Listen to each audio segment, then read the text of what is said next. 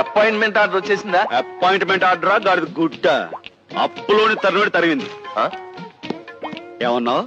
నువ్వు ఇచ్చిన కార్డు విష్ణుమూర్తి చేతిలోని సుదర్శన చక్రమా, శివుడి చేతిలోని త్రిశూలమా, ఇంకా నయం భీముడి చేతిలో గదనా కాదు లాగ్ నెత్తిమీ కొట్టుడేది. ఉద్యోగం ఇవ్వలేదా? నువ్వు ఇచ్చిన ముక్కని ముక్కలు ముక్కలు చింపేసి మొహాన్ని కొట్టింది.